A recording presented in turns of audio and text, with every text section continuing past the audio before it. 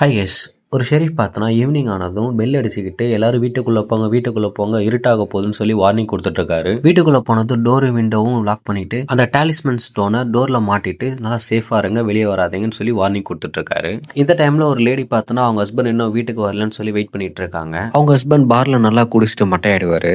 அந்த லேடியும் ஈவினிங் ஆகிடுச்சின்னு சொல்லி அவங்க பொண்ணை கூட்டிகிட்டு வீட்டுக்குள்ளே போகிறாங்க. வீட்டுக்குள்ளே போனதும் அவங்க பொண்ணு பார்த்தோன்னா மேலே அவங்களுக்கும் தனியாக ரூம் இருக்கும், அந்த ரூம் உள்ளே போகுது. அந்த குட்டி பொண்ணு ரூம்குள்ளே போனதுக்கப்புறம் யாரும் அந்த விண்டோவில் தட்டுறாங்க. யாருன்னு திரும்பி பார்த்தா அந்த குட்டி பொண்ணோட இறந்து போன பாட்டியை பார்த்தோன்னா நின்றுட்டுருக்காங்க.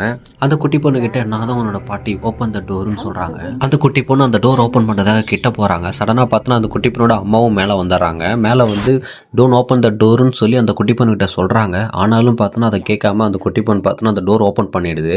ஓப்பன் பண்ண அடுத்த செகண்ட் பார்த்தோன்னா அந்த பாட்டி திடீர்னு ஒரு கொடூரமான கிரேச்சராக மாறி அந்த குழந்தையும் சரி அந்த அம்மாவும் சரி கொடூரமாக நார கிழிச்சு ஒரு மாதிரி சாவடிச்சு போட்டுருது. மறுநாள் அந்த குட்டி பொண்ணு அவங்க அம்மாவும் பயங்கர கொடூரமாக இறந்து போய் கிடக்குறாங்க.